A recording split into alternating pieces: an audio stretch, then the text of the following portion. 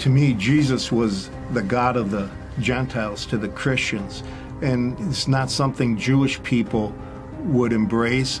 In fact, my grandmother told me, beware of Christians, they kill their own. So if they'll kill their own, they'll certainly kill us.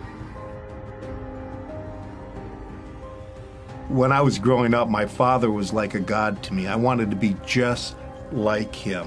But we weren't getting along for a while, and on this day we got in a bad argument, and I remember screaming at him and running out of the house. I was so angry. 30 seconds later, my brothers called me in to come back in, and he was laying on the floor, and I turned him over, and as I turned him over, he took his last breath, and I just remember just screaming out, "Forgive me, forgive me." I killed my father, and I was just devastated.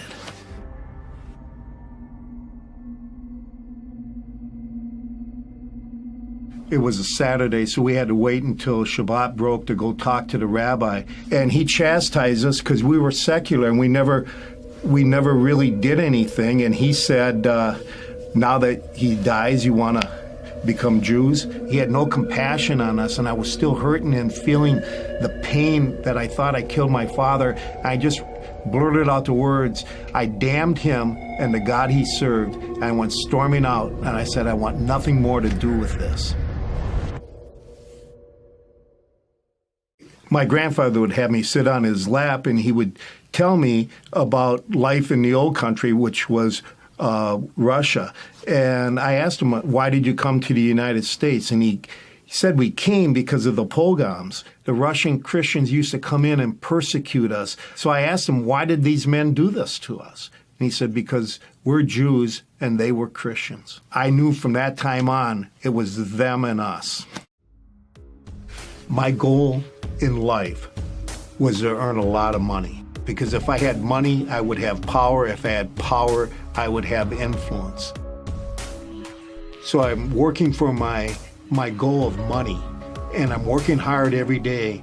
And I was talking with a respected businessman, and he was talking about meaning and purpose. And he said, you have to have meaning and purpose in your life, and it's got to be more than money. That was shocking to me. Then he went on and said that the billionaire J. Paul Getty said on his dying deathbed, he would trade all his billions for a happy home life.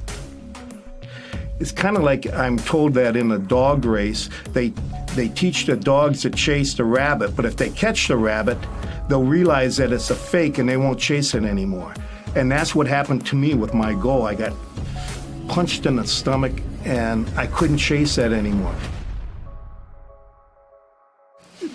During this time, my college roommate and my best friend found a newfound faith in Jesus. I just wanted to choke him. I was so frustrated with him. He was a successful businessman. In college, he was the first All-American hockey player we ever had at our college. He broke everything I thought about a Christian. He wasn't weak. He wasn't a loser. Then to complicate my life even more, my wife joins a Bible study. She's now going to become a Bible-thumping fanatic. I didn't want to raise our children in the Christian faith because it was the faith of the enemy. So I went out to a bookstore and I bought a Bible. I said, I got to look at this for myself. In the first sentence of Matthew, it says, this is a genealogy of Jesus the Messiah, the son of David and the son of Abraham. To me, that was shocking. This was a Jewish book. It was like the words came into my head and they just kind of resonated around my brain. So I started reading the Gospels. That's the first 4 books of the New Testament. I read them once, then I read them again, then I read them again. I ended up reading them over 50 times. I started falling in love with Jesus because he had everything that I wanted. I found out that he truly was Jewish, and he was speaking only to Jewish people. There weren't Gentiles around. He was serving them and loving them, even those who wanted to do him harm, even those who were trying to get rid of him, he loved. And he loved the Jews so much that he ended up giving his life up for them. One day I drifted into the book of Romans, and in Romans 5:8 it says, "But God demonstrates his love for you in this, while you were yet a sinner, Christ died for you." When I read those words, it really kind of transposed in my mind, and it says, Tom, God demonstrated his love for you in this, while you were still not performing up to expectation. Messiah died for you.